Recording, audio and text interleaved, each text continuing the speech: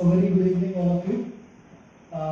Thank you, Honorable Session Chair, Moderator, dignitaries of the dais. A very good evening to all of you, guests and fellow innovators. Since morning, majorly the talks have been towards the switchgear and protection equipment of generation, transmission, distribution, which are very crucial backbone of electrical energy systems. I, coming from background of research, would be dwelling and shifting a focus a little bit away, but towards energy innovation.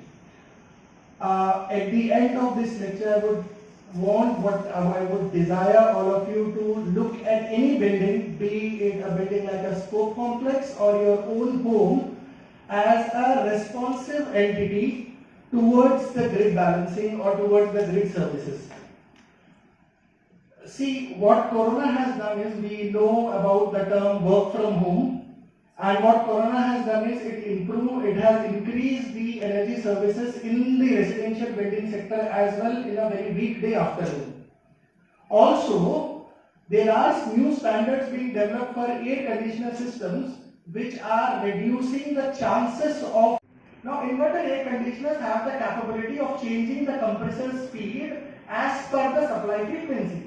Now, Honorable Moderator Arun have told one important thing about voltage, current and frequency.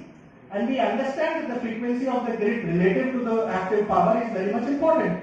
So can we aggregate a large number of inverter air conditioners and make use their potential of thermal inertia so that it becomes like an operating reserve for a power grid? See, conventionally what happens is, the frequency and the supply and demand is matched in such a way that there are operating reserves, that is spinning reserves and non-spinning reserves, coming from the power grid scenario, which is very costly, and they have a large ramp up, fast ramp up, ramp down facilities, but majorly they are partially loaded fossil fuel generators. What if, think of it in the future, can we use the building energy systems to provide the operating scenarios, operating reserve scenarios, and support right now working towards. Now, how do you develop a building to grid integration or a B2G integration framework? Again, because it's a novel concept, one cannot even say that it is a smart grid concept, but it is a next gen smart grid concept. Just think of it in such a way that we all understand wireless charging, right? We have come across wireless charging. In the distant future, can there be wireless transmission of electricity using satellites? That is not a smart grid, futuristic power grid. In such a way, can we have a B2G scenario which takes into consideration the data of today, uses machine learning or artificial intelligence based technologies, and develops the building to grid technologies for the coming years, which may not become obsolete? We first start with building energy modeling, taking into consideration what is the functionality of the building, is it residential, commercial, institutional, transportation sector, municipal, and then we work on the parameters and use the software tools to develop building energy models. Then we work on the occupancy framework, comfort framework. I really want to share just one anecdote. In January 2021, I visited Netherlands.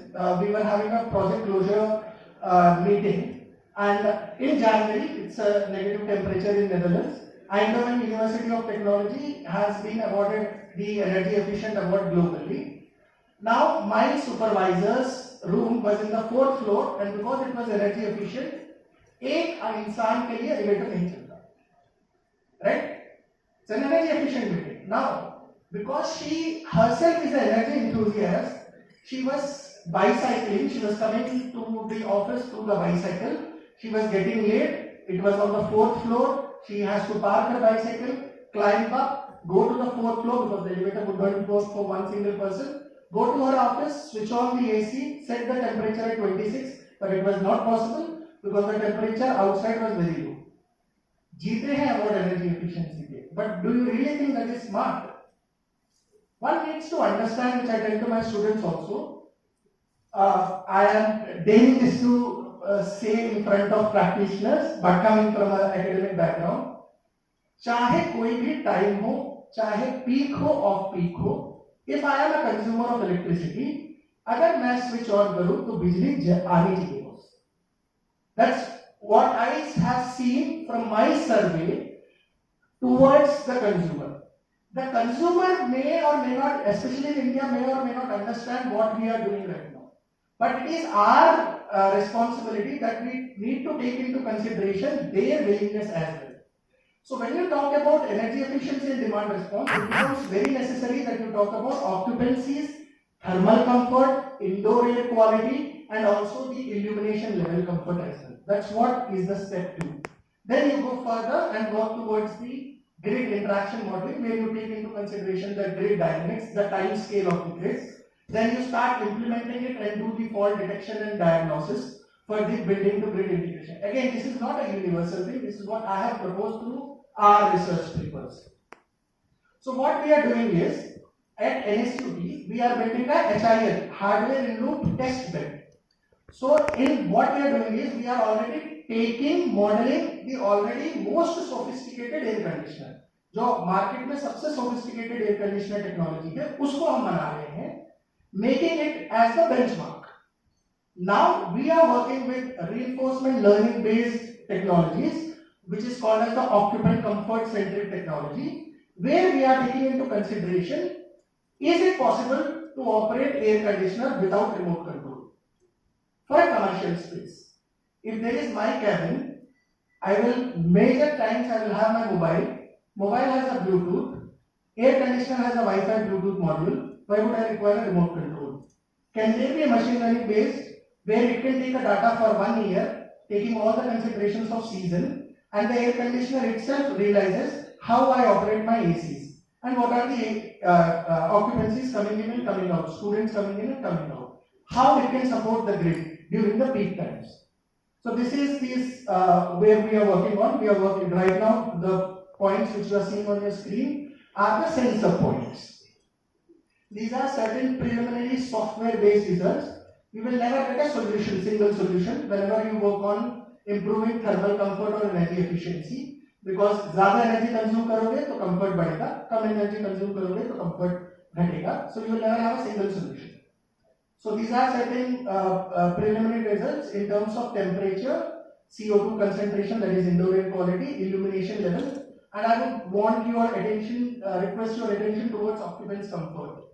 If you see this table, you may see that we may not be saving so much of energy, but mind you, I want to really tell you that we are improving the comfort as well. So we are having a win-win situation. So we are now working towards developing a socio-techno-enviro-economic building or net zero energy solution inside the campus, towards working towards the net zero energy campus and how it can support the buildings to grid integration. Thank you so very much for your patient listening. Thank you, electricalmirror. Thank you, Rosa, for giving me the introduction towards this event. Thank you, Varshan sir. Thank you all. Thank you very much for this wonderful presentation. And I would like to add two things. You are doing a wonderful job when we talk about a sustainable development. There are 5 components of that. Start the planet, then people, then peace, partnership. Yes. And we have to work together to make our system sustainable. And there are our rules to make my system sustainable. RR means first of all